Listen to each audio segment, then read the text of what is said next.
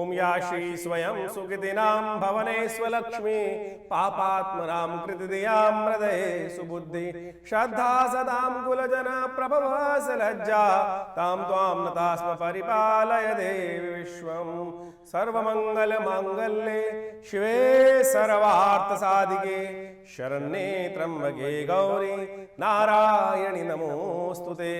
नमस्कार, स्वागत है आपका आचार्य वाणी में। मैं आचार्य विक्रमादित्य आपके साथ हूँ और आज का विषय है धनु राशि। जी हाँ, धनु राशि वालों के लिए दिसंबर का आरंभ काल ग्रह नक्षत्रों का क्या प्रभाव बना रहा है। दिसंबर के आरंभ काल में ग्रह नक्षत्रों का प्रभाव आपके लिए बड़ा विचित्र बना हुआ है। आपको चीज़ों को समझने की ज़रूरत है और हल्की सी भी कहीं गलती हुई तो आपको विशेष तौर पर ग्रह नक्षत्रों का योग आपको फंसा सकता है, ध्यान रखिएगा। जी हाँ, ग्रहों का नक्षत्रों का योग तो बड़ा विचित्र बनाए हुआ है। जो आप इन दिनों विशेष तौर पर देखें, बृहस्पति का और सूर्य का समसप्तक योग बना हुआ है, मंगल का और शुक्र का समसप्तक योग बनने वाला है, मंगल वक्री होने वाले हैं, षडाष्टक योग बना के तैयार बैठे हैं शनि के साथ। तो ये सब योग विश्व के लिए भयावह स्थिति उत्पन्न कर रहे हैं। लेकिन आपकी दृष्टिकोण से यदि आपने हल्की सी गलती करी तो आप समझें कहीं ना कहीं आपका भी ग्राफ नीचे गिर सकता है। तो ऐसे में आपको बहुत सोच समझ के कार्य करने की ज़रूरत है। आप एकदम कहीं लाभ की स्थिति में भागने की कोशिश करेंगे तो कहीं फंस सकते हैं। बहुत ध्यान से आपको चीज़ें समझ में आ रही हैं। मेरे को लगता है कि आपको बहुत सारे ग्रह नक्षत्र इस वक्त दिखा रहे हैं कि आपको बहुत सारी चीज़ों का पूर्वाभास भी हो रहा होगा इन दिनों। उस पूर्वाभास का लाभ आपको लेना चाहिए। फिर उस पूर्वाभास का लाभ ही नहीं होगा क्योंकि आप धनु राशि वाले बहुत अच्छे मीडियम होते हैं। उनको बहुत सारा क्लियर वॉइंस होने के रास्ते बन जाते हैं। बहुत सारी चीज़ें सही समझ में आती हैं क्योंकि ये अद्भुत राशि है। इस राशि के अंदर आपको ग्रह योग समझ लें किस प्रकार के हैं। जो मैंने अभी योग के बारे में बताया, मार्गशीर्ष के महीने में 5 शनिवार, शनि और मंगल का षडाष्टक योग, सूर्य और विशेष तौर पर बृहस्पति का समसप्तक योग, शुक्र का मंगल का समसप्तक योग। इसके साथ साथ 12 दिसंबर के आसपास बुध भी उदय हो जाएंगे। तो ये विश्व के दृष्टिकोण से तो कोलाहल, आतंकवाद और जो एक नई उम्मीद जागी थी अमेरिका में परिवर्तन के बाद कि ट्रंप आकर शांति करेंगे, यहाँ ग्रह नक्षत्र शांति बिल्कुल नहीं होने दे रहे हैं। विप्लवकारी योग बनते दिखाई दे रहे हैं। कहीं ना कहीं प्राकृतिक आपदाओं के, भूचाल के योग बनते दिखाई दे रहे हैं। लेकिन आपके दृष्टिकोण से इस समय आपको बहुत सावधानी के साथ चलना है। ग्रह नक्षत्र आपके लिए जो बता रहे हैं, एक ऐसा योग बनने वाला है कि जिसमें समस्त अभावों को दूर करने का रास्ता भी आपको प्राप्त होने वाला है। धन की आकांक्षा हर एक के व्यक्ति में होती है और धन हर कोई प्राप्त करना चाहता है। लेकिन उस धन को प्राप्त करने का रास्ता क्या है वो भी आपको समझना चाहिए। जुआ रास्ता नहीं है, दाव पे लगाना रास्ता नहीं है, रिस्क लेना रास्ता नहीं है। इस वक्त रिस्क लेने की जरूरत नहीं है। ग्रह नक्षत्र आप साफ साफ दिखा रहे हैं। कहा जाता है कि एक बार इंद्र के जीवन से लक्ष्मी जी दूर हो गई थी और उस लक्ष्मी जी के मन के दूर होने से इंद्र जो थे श्री विहीन हो गए, स्वर्ग से समस्त संपदाएं चली गई थी। फिर इंद्र ने क्या किया? कथा है, पुराण में कथा है। कोई ऐसी कथा नहीं है कि जो विशेष तौर पर आज टॉल्स्टॉय इत्यादि राइटर्स ने अमेरिका में बहुत सारे वर्ड में लिख दी और केवल लोगों को समझाने के लिए ना, इस शास्त्र में प्रमाणित हैं, इनको बताया गया है। तो यानी जीवन में कष्ट किसी के भी आ सकता है, उसका निवारण का रास्ता कैसे बनने वाला है वो भी हम आज के इस कार्यक्रम में आपको बताने वाले हैं। तो सबसे पहले समझें कि ग्रह नक्षत्र क्या करेंगे आपके लिए, वो हम आपको रास्ता बताते हैं। 1 तारीख दिसंबर रविवार का अवसर, अमावस्या तिथि है और उस दिन ग्रह नक्षत्रों के दृष्टिकोण से, आपकी राशि के दृष्टिकोण से ग्रह योग जो बन रहा है वो थोड़ा सा लाभ का भी है, थोड़ा नुकसान का भी है। यदि आप नुकसान को बचा पाए तो लाभ ले लोगे और नहीं तो थोड़ा स्वास्थ्य के मामले में भारी पड़ सकता है। तो स्वास्थ्य का ध्यान रखते हुए कार्य करें। धनु राशि वालों, वो आपके लिए अच्छा है। नज़ला जुकाम थोड़ा परेशान करने की योग दे सकता है, तो ध्यान रखते हुए कार्य करने की ज़रूरत है। अमावस्या है इस दिन, अपने पितरों को तर्पण करें, ब्राह्मणों को भोजन कराएं, गऊ का ग्रास निकालें, ये आपके लिए बहुत ज़रूरी है। तो आपको लाभ प्राप्ति के योग बनेंगे। आमतौर पर एक बात समझ लें, यदि हमारे मनोमस्तिष्क में कई बार हमारे पितृ बार बार आते हैं तो उनके निमित्त हमें अवश्य ये कार्य करने चाहिए।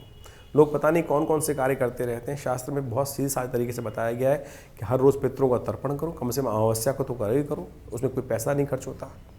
भोजन किसी ब्राह्मण को करा दो अपने पितरों के निमित्त, उससे भी आपको ये लाभ प्राप्ति के योग बन जाएंगे। नहीं मिल रहा है तो गऊ को खिला दो, तो ये भी रास्ता बन सकता है। और शास्त्र में बिल्कुल उसी तरह से बताया गया है। कोई और आपको घुमा रहा है तो बात अलग है। 2 तारीख दिसंबर का अवसर, सोमवार की तिथि है। प्रतिपदा विशेष तौर पर है तिथि। शुक्ल पक्ष आरंभ हो रहा है मार्गशीर्ष का और इस दिन ग्रहों का परिवर्तन का योग बन रहा है। चंद्रमा परिवर्तन की तरफ जा रहे हैं, शुक्र परिवर्तन की तरफ जा रहे हैं और ये दोनों के दोनों परिवर्तन आपके लिए बहुत महत्व रखते हैं। आपकी राशि से निकलकर शुक्र जो है वो द्वितीय भाव में प्रवेश करेंगे और ये आपके लिए कहीं ना कहीं एक बहुत पॉजिटिव साइन मिल रहा है।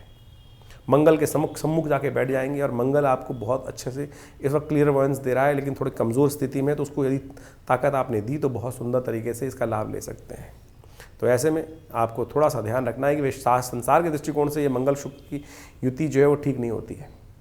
थोड़ा सा मन भटक सकता है, ये वश रोग बन सकते हैं, ध्यान रखें मन को भटकने ना दें। इन दिनों मन थोड़ा भटका सा रहेगा, थोड़ा सांसारिक चीज़ों में, वासनाओं में ज़्यादा लिप्त हो सकता है। ऐसे में कन्या पूजन करना आपके लिए सबसे श्रेष्ठ है, हनुमान जी का स्तवन करना आपके लिए सबसे श्रेष्ठ है।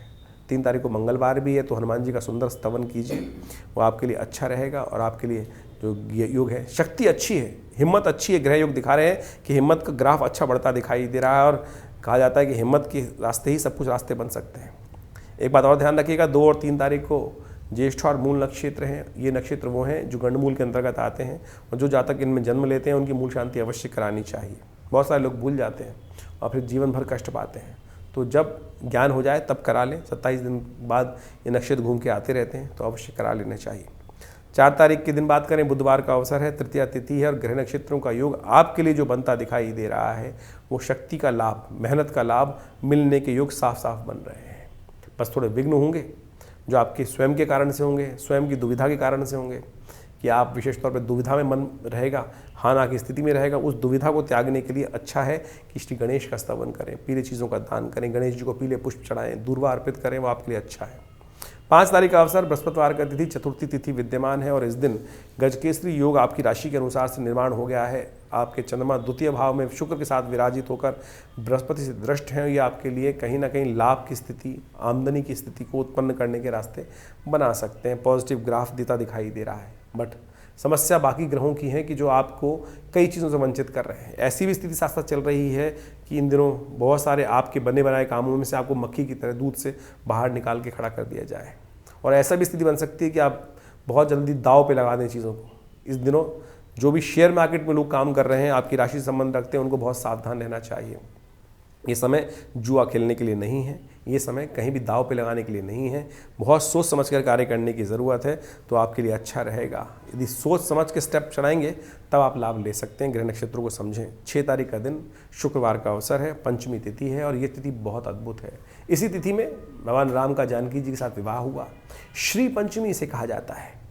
कहा जाता है कि इसी दिन, कहा जाता है कि एक बार जैसे हमने कथा आप आरंभ करी थी, तो आपके लिए देखिए शुक्रवार के दिन योग बन रहा है श्री पंचमी का, लक्ष्मी का योग। तो आमतौर पे लोग की भ्रांति है कि वो पंचमी को महासरस्वती जी के साथ ही जोड़ देते हैं, लेकिन कहा जाता है कि बसंत पंचमी के दिन महालक्ष्मी का प्राकट्य भी हुआ था। सागर मंथन से उसी दिन उनकी उत्पत्ति हुई थी, कथा ऐसी भी विराजमान है। लेकिन इस दिन से उसका मूल बना था। इंद्र ने जब शिवहीन हो गए तब इसी दिन से पूजा आरंभ करी थी। तो आप यदि इस विज्ञान को समझ लें तो ये कपोल कल्पित नहीं है। जो बाहर के बहुत सारे लोग कथाएं लिख देते हैं, मोटिवेशनल कथाएं हो जाती हैं, ये मोटिवेशनल नहीं है, ये सत्य है, इतिहास है, प्रमाणित है और इसमें शोध भी है कि ये रास्ता अपनाओ कष्ट दूर होंगे। हमने भी अपनाया, हमारे जीवन से भी कष्ट कम हुए। तो आप जितना अपनाओगे उतना लाभ प्राप्त कर सकते हो। कथा जरूर समझें, क्या है कथा, ये हम आपको जरूर समझाने का प्रयास कर रहे हैं। तो श्री पंचमी की अद्भुत कथा है और इस बार तो श्री पंचमी बहुत सुंदर शुक्रवार के दिन पड़ रही है। श्री पंचमी मार्गशीर्ष मास के शुक्ल पक्ष की पंचमी को पड़ने वाली जो तिथि होती है उसको पंचमी कहा जाता है, श्री पंचमी कहा जाता है। और श्री पंचमी महालक्ष्मी को प्रसन्न करने का अद्भुत दिवस है। कहा जाता है कि इस संसार में महालक्ष्मी की आवश्यकता किसको नहीं है। और एक बार बड़ी विचित्र विडंबना भी है, जब महालक्ष्मी आ जाती हैं तो धीरे धीरे संसार के अंदर वो जिस घर में आ जाती हैं, धीरे धीरे कुछ समय बाद उनकी उपेक्षा भी शुरू हो जाती है। लोग ऐसे हो जाते हैं मदमस्त कि उनको फिर महालक्ष्मी की, पहले जब महालक्ष्मी खाली होती है जेब, तब तो लगता है कि महालक्ष्मी कृपा नहीं कर रही, लक्ष्मी है नहीं, पैसा नहीं है, पैसा नहीं है। और जब पैसा आ जाता है तो क्या होता है कि धर्मयुक्त कार्य भी बहुत सारे होने बंद हो जाते हैं। जो धर्मयुक्त कार्य कर पाए तो बहुत अच्छा है, सोचे अधर्म के कार्य शुरू हो जाते हैं और लोग उदासीन हो जाते हैं। जिस प्रकार से महालक्ष्मी के अभाव, जब बहुत ज़्यादा प्रचुर मात्रा में महालक्ष्मी आ जाती हैं, अच्छी मात्रा में आ जाती हैं, आप सोचें जिसके पास 10 रुपये नहीं तो उसके बाद 10 रुपये आ जाएं, तो फिर वो जब लगातार आने शुरू हो जाए, सोर्स आ जाए, तो फिर उसको लगता है कि भाई इतने तो आ ही रहे हैं, इतने आए। जब किसी को लाखों करोड़ों रुपये आ जाते हैं तो धीरे धीरे क्या होती है, धन के प्रति उपेक्षा शुरू हो जाती है। ये मानव फितरत है। ऐसा ही हुआ भारतीय संस्कृति में कथा विद्यमान है सनातन के अंदर कि एक बार जब संसार में अंदर प्रचुर मात्रा में महालक्ष्मी संसार में अपनी कृपा बरसा रही थी, देवताओं पर स्वर्ग में भी भगवती महालक्ष्मी का संसार में अद्भुत प्रभाव था। ऐसे में कहा जाता है कि महालक्ष्मी किसी कारण से उदास, जो संसार की उपेक्षा देखकर उपेक्षा होने लगी महालक्ष्मी का, लोग दुराचार गलत कार्यों में फंसने लगे, व्यभिचार करने लगे, गलत करने लगे।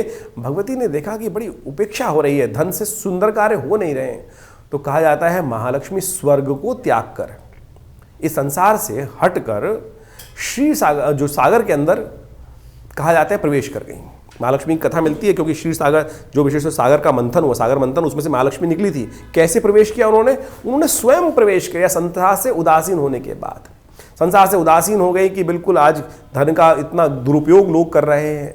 और कहा जाता है कि जब संसार से महालक्ष्मी चली गई, समुद्र में प्रवेश कर गई, तो संसार जो था श्री विहीन हो गया, स्वर्ग भी श्री विहीन हो गया, देवता भी त्रस्त हो गए कि अब पैसा महालक्ष्मी कृपा नहीं है। श्री केवल लक्ष्मी नहीं है, श्री ऐश्वर्य भी है, श्री कीर्ति भी है, श्री शांति भी है। महालक्ष्मी जो है वो शांति का भी स्वरूप है, अन्न का भी स्वरूप है, समृद्धि का भी स्वरूप है, मन की शांति का भी स्वरूप है। कई प्रकार से वो जब श्री भगवती जाके समुद्र में प्रवेश कर गई तो सब बड़े त्रस्त हुए, परेशान हुए। कहा जाता है कि ऐसे समय में विशेष तौर पर देवगुरु बृहस्पति जी ने वहाँ इंद्र को कहा कि आप महालक्ष्मी की आराधना करें। कहा जाता है कि इस तिथि से जो मार्गशीर्ष मास के शुक्ल पक्ष की पंचमी से श्री पंचमी के दिवस से संकल्पबद्ध होकर उन्होंने भगवती का सुंदर आराधना करने का कार्य आरंभ किया।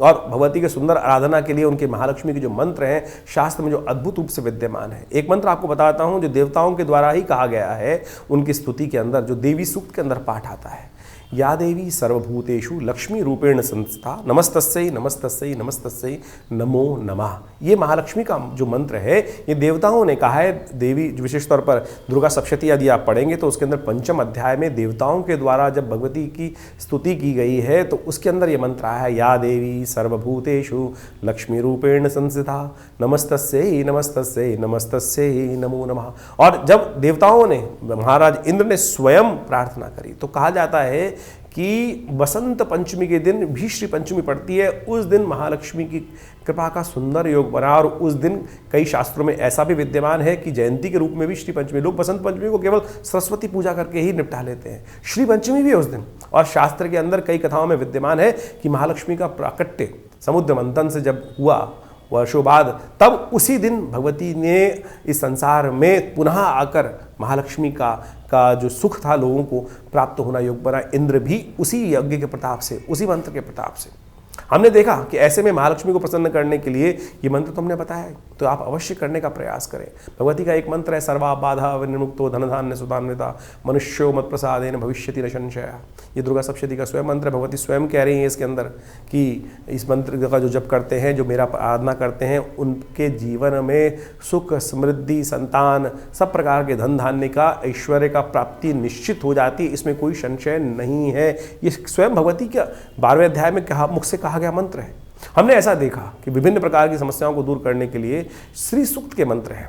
और यदि आप इस शुभ योग से महालक्ष्मी के इस जो हमने बताया श्री पंचमी का योग जो है, इससे भगवती महालक्ष्मी की आराधना के समय श्री सूक्त का पाठ करते हैं तो अद्भुत मानिए, सत्य मानिए कि भगवती महालक्ष्मी कृपा प्राप्ति के अद्भुत योग बन जाएंगे। या तो घी से, चंदन चूरे से, या खास तौर पर विभिन्न सामग्रियों से जो भगवती महालक्ष्मी की सामग्री, मखाने इत्यादि से, कमल के पुष्पों से, कमल गट्टों से, इन सब सामग्रियों का निर्माण कर गूगल इत्यादि को मिलाकर अष्टगंध इत्यादि, अगर तगर नागर मोथा बाल छड़छाड़ छबीला इत्यादि सामग्री से युक्त सामग्री से विशेष तौर पर भगवती महालक्ष्मी का यदि यज्ञ किया जाए, जो हमारे यहाँ आरंभ कर रहे हैं हम पूरी तरह से इसी दिन से बड़े अनुष्ठान के रूप में, आप भी इसमें सम्मिलित हो सकते हैं। उसमें श्री सूक्त का विशेष पाठ रहेगा जो महालक्ष्मी की अद्भुत प्रार्थना है, जो महर्षि भृगु के द्वारा बनाए गए हैं। वो मंत्र इस प्रकार से हैं, मैं कुछ मंत्र आपको सुनाता हूँ।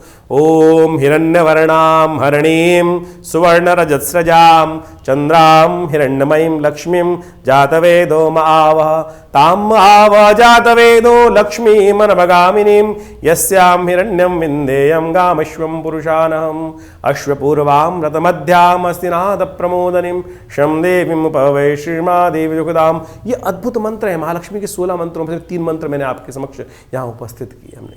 तो आप यदि इन मंत्रों का नित्य प्रति स्तवन करते हुए यदि यज्ञ भगवती का इस दिन से आरंभ करेंगे, सुंदर षोडशोपचार पूजन करेंगे, तो कहा जाता है महालक्ष्मी कृपा अद्भुत होती है। देवराज इंद्र ने स्वयं करी, शास्त्र प्रमाणित है इसका।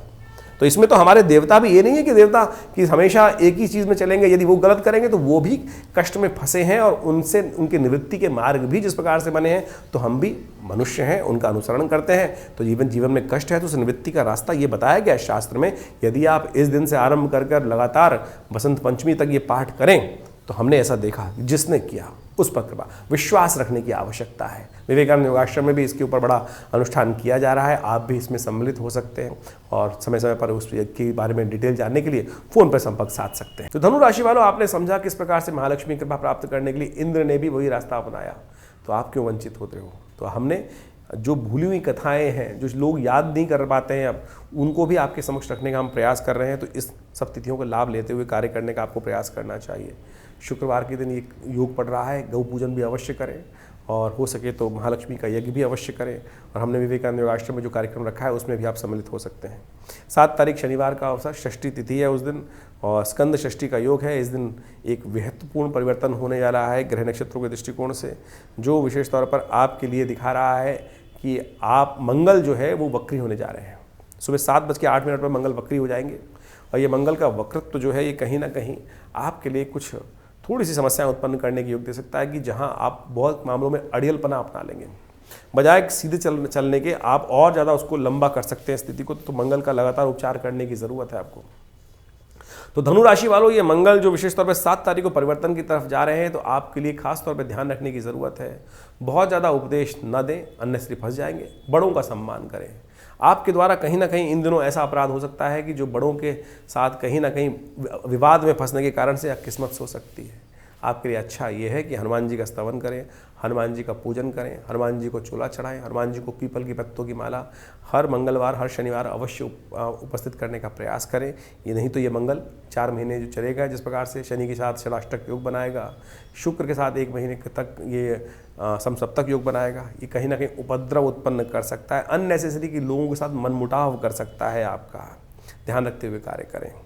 8 तारीख का दिन रविवार का अवसर, सप्तमी तिथि विद्यमान है और सूर्य इन दिनों आपके लिए बुध के साथ बैठकर जो योग बना रहे हैं वो कहीं ना कहीं थोड़ा सा आपको आपके लाभ से वंचित कर रहे हैं। आपको भी ध्यान रखने की ज़रूरत है, जैसा हमने कार्यक्रम में बताया आपको, जो स्पेकुलेशन वाले बिजनेस में हैं, जो विशेष तौर पर शेयर मार्केट वाले में हैं, तो लोग में हैं, बहुत ज़्यादा सावधानी के साथ करें, सूर्य का उपाय करें। ये विशेष तौर पर सप्तमी, मित्र सप्तमी, रविवार के दिन सप्तमी का योग पड़ रहा है। कहा जाता है इस सप्तमी के दिन यदि सुगंधित द्रव्य मिलाकर भगवान सूर्य को अर्घ्य दिया जाए, नवग्रह यज्ञ किया जाए, तो सूर्य के नेगेटिव प्रभाव को ठीक किया जा सकता है। हमने भी विवेकानंद योगाश्रम में हर रविवार को बड़ा कार्यक्रम रखते हैं, उसमें यज्ञ होता है, नवग्रह शांति महायज्ञ, गायत्री महायज्ञ, आप उसमें सम्मिलित हो सकते हैं। और इस यज्ञ का कोई फीस नहीं है, आश्रम में यज्ञ होता है इसलिए बताते हैं आपको। बहुत सारे लोग, कई बार हमने देखा कि हमारे विशेष तौर पर चैनल पर लिख के भेजते हैं कि आश्रम की पब्लिसिटी नहीं है भाई, सत्य बताने का हम प्रयास कर रहे हैं। भारतीय संस्कृति यज्ञ प्रधान संस्कृति है और लोग आज यज्ञ से समाप्त कर चुके हैं, होते ही नहीं है यज्ञ। बहुत एक आध आर्य समाज में कुछ जगहों पे चलता है और सनातन पद्धति जो मूल संस्कृति है वहाँ से लोग यज्ञ भूल गए हैं। तो हमने उसके लिए व्यवस्था बनाई है, कोई शुल्क नहीं रखा है। जो भी आना चाहे इस रविवार वाले यज्ञ में आए, सम्मिलित हों, बैठें, भंडारे का भोजन करें, भगवती का दर्शन करें। देखिए लाभ प्राप्ति के योग बनेंगे, तो इसमें आप नेगेटिव भाव ना रखें। इस दिन भद्रा है, ध्यान रखिएगा, जो सुबह 9:44 से लेकर शाम के 8:30 बजे तक रहेगी। नए कार्यों को आरंभ करने से बचना चाहिए। 9 तारीख सोमवार का अवसर, अष्टमी और नवमी तिथि विद्यमान है और दिल्ली के पंचांग के अनुसार से नवमी इस दिन क्षय हो रही है। ग्रह परिवर्तन की तरफ जा रहे हैं और ये परिवर्तन राहु के साथ बैठा हुआ चंद्रमा थोड़ा सा आपके लिए भारी रहेगा। ध्यान रखते हुए, स्वास्थ्य का ध्यान रखते हुए कार्य करने की ज़रूरत है। नंदनी नवमी है, दुर्गा जी की उपासना करें, भगवती काली की उपासना करें, गौ सेवा करें, ये आपके लिए अच्छा रहेगा। दशमी तिथि हम बात कर रहे हैं 10 दिसंबर की, मंगलवार और दशमी तिथि का योग है। सर्वार्थ सिद्धि योग के नए कार्यों के लिए दिन अच्छा दिखाई देता है, लेकिन मंगल जो नेगेटिव चल रहे हैं उनको ठीक करने की लगातार ज़रूरत है आपको, क्योंकि मंगल शताष्टक योग शनि के साथ बनाए बैठे हैं। तो ऐसे में अवश्य हनुमान जी का स्तवन करें, हनुमान जी की कृपा से कष्ट दूर होंगे। तो इस प्रकार से आपने ग्रहों का योगा योग किस प्रकार से आपकी कुंडली में बन रहा है, आपकी राशि के अनुसार से बन रहा है, वो आपने समझने का प्रयास किया। दिन पर दिन ग्रहों की परिस्थिति जो बदलती है, ग्रहों की स्थिति जो बदलती है, नक्षत्रों पे उनका योगा योग जिस प्रकार का बनता है और साथ साथ आपस में ग्रहों का परस्पर योग जो बनता है, उसके कारण से, उसके अनुसार से हमारे जीवन में उसका प्रभाव उत्पन्न होता है। इस दौरान दिसंबर के आरंभ काल के अंदर जिस प्रकार का ग्रह योग बन रहा है, दो प्रकार के समसप्तक योग बन रहे हैं। सूर्य और बृहस्पति आपस में एक दूसरे के समक्ष समसप्तक योग बना रहे हैं। साथ साथ बीच में जब शुक्र परिवर्तित हुए तो मंगल और शुक्र का भी समसप्तक योग बनकर तैयार हो गया। ये कहीं ना कहीं संसार में उठापटक करने के योग बनाता है। कहा जाता है कि मंगल और शुक्र जब आपस में किसी न किसी प्रकार का संबंध बनाएं या समसप्तक हो जाएं एक दूसरे से, तो कई प्रकार के विध्वंस भी संसार में उत्पन्न होने के योग बन जाते हैं। भूकंप इत्यादि, प्राकृतिक आपदाएं इत्यादि भी बनने के योग बन जाते हैं। और साथ साथ युद्ध की स्थिति आप देख ही रहे हैं किस प्रकार से भयावह स्थिति में आगे बढ़ती चली जा रही है। यदि ग्रहों की ओवरऑल दृष्टि को देखते हुए हम समझने का प्रयास करें तो 12 दिसंबर के आसपास बुध भी जो विशेष तौर पर है वो उदय होने के योग बना रहे हैं। और इसके कारण से विश्व में कई प्रकार के और उत्पात भी आरंभ होते दिखाई दे रहे हैं। देखिए इस प्रकार से, और मार्गशीर्ष का महीना चल रहा है। मार्गशीर्ष के महीने 5 शनिवार का योग भी बन गया, जो विश्व में तनाव को ही उत्पन्न करने के योग देता है। विश्व में विश्व युद्ध के हालात कहीं ना कहीं बनते दिखाई दे रहे हैं। बहुत सारी गणनाओं के अनुसार से कई लोगों ने प्रेडिक्शन भी किया है कि दिसंबर के मध्यकाल के आगे जाकर विश्व में जिस प्रकार की मंगल शनि का टकराव, देखिए ग्रहों को योगा योग समझना चाहिए। ये कहीं ना कहीं आतंकवाद को बढ़ाता है, कहीं ना कहीं आपस के अंतर्द्वंद को उत्पन्न करने की स्थिति को उत्पन्न करता है। साथ साथ मार्केट के रुख को भी हमें समझने का प्रयास करना चाहिए। अभी हमने कुछ दिन पहले प्रेडिक्शन किया था कि जब ग्रहों की स्थिति बदलेगी तो मार्केट का रुख कहीं ना कहीं गिर सकता है, और अभी हमने देखने को भी मिला। तो ऐसा ही योग अभी आने वाले समय में ग्रह योग का बनता दिखाई दे रहा है। तो आपकी राशि के अनुसार से आपको समझना चाहिए। देखिए राशि के विश्व के दृष्टिकोण से हम समझाते हैं, राशि के दृष्टिकोण से आपको दिखाने का प्रयास करते हैं तो 12 भाग में बांट देते हैं। लेकिन अच्छा यह है कि पूरी तरह से ग्रहों को विवेचना के साथ समझने का प्रयास किया जाए। और ग्रह दृष्टिकोण से बहुत सारे अद्भुत योग भी बनते रहते हैं। ऐसा नहीं है कि विश्व में जब ग्रह स्थिति खराब चल रही हो तो सबका ही नुकसान होगा या सबका ही कहीं ना कहीं लाभ की अच्छे योग बनेंगे, सबके लाभ के योग बन जाएंगे। वो सारी परिस्थिति बनती है व्यक्ति कहाँ कौन से कर्म किस प्रकार से करके आया है। अवश्य में वो भोक्तव्यम कृतम कर्म शुभाशुभम जो शास्त्र में सूत्र समझाया गया है उसको हमें समझना चाहिए। इस दौरान कई प्रकार के सुंदर योग बनते हैं और उन सबको लाभ लेने के लिए हमें पुण्यों को बढ़ाने का प्रयास करना चाहिए। जितने बढ़िया हमारे जीवन में पुण्य होंगे ना, उतने ज़्यादा जीवन में आगे बढ़ने के योग बन जाएंगे। और कष्ट का समय आएगा तो वो पुण्य कहीं ना कहीं हमारी रक्षा करने, कहीं पुरानी कहावत है दिया लिया काम आ जाता है, पुण्य किया हुआ कहीं ना कहीं काम आ जाता है। जब विकट स्थिति उत्पन्न होती है तो बहुत सारे लोग कष्ट में फंस जाते हैं, लेकिन कुछ लोग उनसे बाहर निकल के आ जाते हैं। कारण है केवल पुण्य। इसलिए यथासंभव जितना हो सके हमें अपने भी मनोमस्तिष्क से शुभ की तरफ, पुण्य कार्य कर्म की तरफ अपने आप को लगाने का प्रयास करना चाहिए। अब एक बात समझें, आपकी जीवन में कैसे समझें कि पुण्य है। एक आपको ऐसा टैंक तो है नहीं जैसे गाड़ी के अंदर मीटर लगा होता है कि फ्यूल कितना है आपकी गाड़ी के अंदर। तो यदि हम जीवन में कैसे समझें कि हमारे पुण्य बढ़ रहे हैं या कष्ट या कहीं ना कहीं पुण्यों का अकाउंट कम हो रहा है। जब जीवन में जो आनंद है, सुख है, वो कहीं ना कहीं कम होने लगे, तब समझ लेना चाहिए कि कहीं ना कहीं पुण्यों का अकाउंट कम होता चला जा रहा है। देखिए पुण्य बढ़ते भी बहुत तेज हैं और घटते भी बहुत जल्दी से हैं। तो इस बात का ध्यान रखना चाहिए। हमें एक छोटी एक चींटी को भी मारा तो उसका भी कहीं ना कहीं जो पाप कृत्य है वो आपके अकाउंट में ऐड हो जाता है। तो वो प्रकृति है, कहीं भी छोटी सी छोटी घटना, बड़ी सी बड़ी घटना को कहीं किसी के साथ कोई राग द्वेष नहीं रखती, बैलेंस होकर चलती है। तो इसलिए कोशिश ये करें जब मन में शुभ करने का आया तो तत्काल ही कर देना चाहिए शुभ कार्य। कई बुरा करने का सोच रहे हैं तो उस पर विचार करने का प्रयास करना चाहिए। तो इसलिए हमारी भारतीय संस्कृति में जितने उत्सव समय समय पर मंगलवार, सोमवार, शनिवार, रविवार, ये सब उपाय, उसके बाद हर तिथि से लेकर अमावस्या, पूर्णिमा, अष्टमी, नवमी, चतुर्दशी, प्रतिपदा, पंचमी, ये सब प्रकार के योग जो आते हैं ना, वो सब पुण्यों को कहीं ना कहीं कथा के साथ उन पुण्यों को जगाने का रास्ता हमारे शास्त्रों में बताया गया। जैसे हमने आज के इस कार्यक्रम के अंदर आपको बताया कि श्री पंचमी का सुंदर योग बन रहा है। श्री पंचमी विशेष तौर पर भगवती महालक्ष्मी को प्रसन्न करने के लिए योग बनती है। कहा जाता है कि देवताओं की, जैसे कथा आपने सुनी कि देवताओं के जीवन में भी कष्ट आ गया, भगवती महालक्ष्मी उनको त्याग कर समुद्र में प्रवेश कर गई। और जब मार्गशीर्ष के महीने में देवताओं ने देखा कि हम श्री विहीन हो चुके हैं, तब देवता इंद्र ने स्वयं भगवती महालक्ष्मी का यज्ञ किया, व्रत किया। और मार्गशीर्ष से आरंभ होकर जब तक वो बसंत पंचमी तक यज्ञ चल के भगवती बसंत पंचमी के दिन भगवती का सुंदर जिस प्रकार से उनका लाभ मिला, जीवन में कष्ट दूर होने के योग बने, तो ऐसा कहा जाता है कि अवश्य कहीं भी जो कर्म है, कर्म प्रधान विश्व रचि राखा। चाहे देवता है, चाहे पुण्य है, चाहे कोई भी कर्म प्रधान है। इसलिए कष्टों को निवृत्त करने के लिए, कष्ट से दुखी होने की जरूरत नहीं है, कष्ट से निवृत्ति के लिए शुभ कर्म करने की जरूरत है। चाहे वो प्रैक्टिकल कर लीजिए, जैसे आप मेहनत करते हैं, या वो परमात्मा की आराधना कर लीजिए, मंत्र जप कर लीजिए, या विभिन्न उपाय जो लोग अंगूठी पहनते हैं, कई प्रकार की और चीज़ भी बताते हैं, वो सब कहीं ना कहीं उपाय हैं, लेकिन सत्य होना चाहिए, सही रूप में होना चाहिए। अब हमको समझ में ये नहीं आता है संसार की विचित्र विडंबना के अंदर सही मार्ग कौन सा है। आप किसी डॉक्टर के पास गए और डॉक्टर के पास डॉक्टर ने जाके दवाई लिखी, डॉक्टर ने तो एनालाइज करके बता दिया कि डॉक्टर दवाई ले लो। अब आप केमिस्ट के पास गए उस दवाई लेने के लिए, उसने वो नकली दवाई दे दी, तो वो नकली दवाई जो है वो काम तो करेगी नहीं, तो बीमारी ठीक होगी कैसे। तो यही समस्या है, अगर आप नग पहन लेते हैं और नग पता नहीं सत्य है कि नहीं है, तो इसलिए हम कोशिश करते हैं कि आप स्वयं मंत्र जप करके छोटे छोटे उपाय जो हम इस कार्यक्रम के माध्यम से, वैदिक ज्योतिष क्या है इसको समझना पड़ेगा।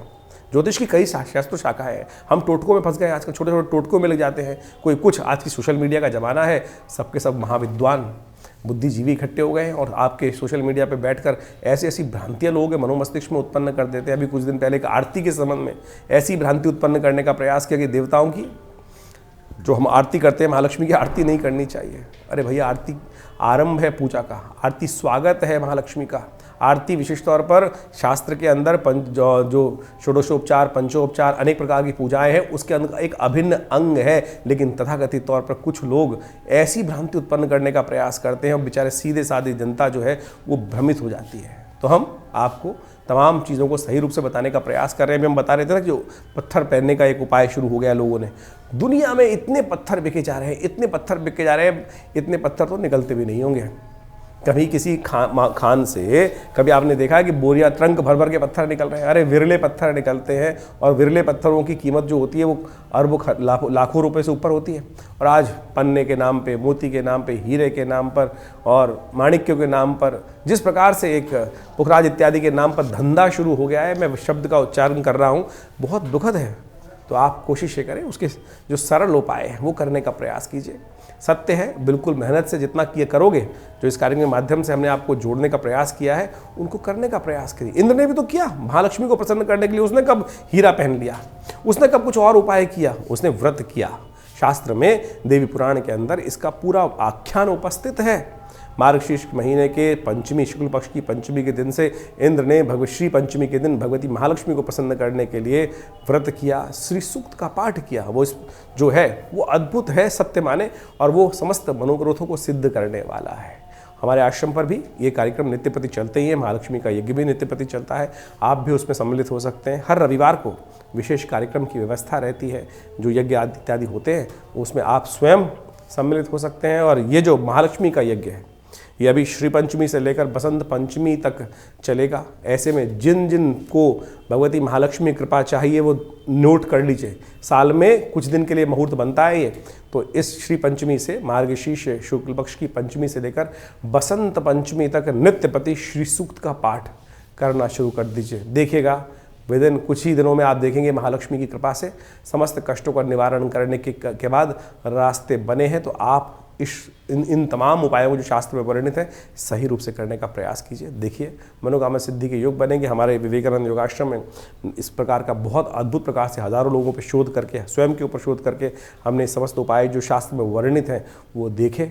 कृपा होती है, कष्ट दूर होते हैं, तो इन सबको करने का आप प्रयास करना चाहिए। जो भी आपके मन में प्रश्न चल रहे हो चिंता ना करें, हमने इस कार्यक्रम के माध्यम से बहुत सारी व्यवस्थाएं करी हैं। वैसे तो रविवार को हम स्वयं मिलते हैं विवेकानंद योग आश्रम, दिल्ली में खुद जमुना पार में जो आश्रम है विवेकानंद योग आश्रम में, यज्ञ के बाद हम बैठते हैं वहीं पर। आप जो भी प्रश्न करेंगे उनके निदान अवश्य, जो मानसिक मन में जो प्रश्न चल रहे हैं उनको निदान आप बिल्कुल निःशुल्क प्राप्त कर सकते हैं, बिल्कुल निःशुल्क। रविवार के दिन एक व्यवस्था है, लेकिन उसके बाद यदि चाहते हैं तो फिर अपॉइंटमेंट्स होती हैं, वो अपॉइंटमेंट लेकर आप मिल सकते हैं। एक और भ्रांति लोगों में चल रही है, बहुत सारे लोगों को हमारे पास कई बार फ़ोन आता है कि किसी व्यक्ति से उनकी बात हुई और उसने मेरे नाम से, हमारे नाम से आपसे बात करने का प्रयास किया, या किसी प्रकार का कोई शुल्क हमारी अपॉइंटमेंट फ़ीस जरूर होती है, वो आप अपॉइंटमेंट फ़ीस हमारे जो नंबर्स आपके सामने स्क्रीन पर चल रहे हैं उन्हीं पर बात करके ले सकते हैं। लेकिन इसके अलावा यदि कोई हमसे हमारे नाम से आपसे बात कर रहा है तो हम उसकी जिम्मेदारी नहीं ले सकते हैं। तो इसलिए इतना आपको ध्यान रखना पड़ेगा। बहुत सारे लोग आज समाज में हैं जो कई प्रकार से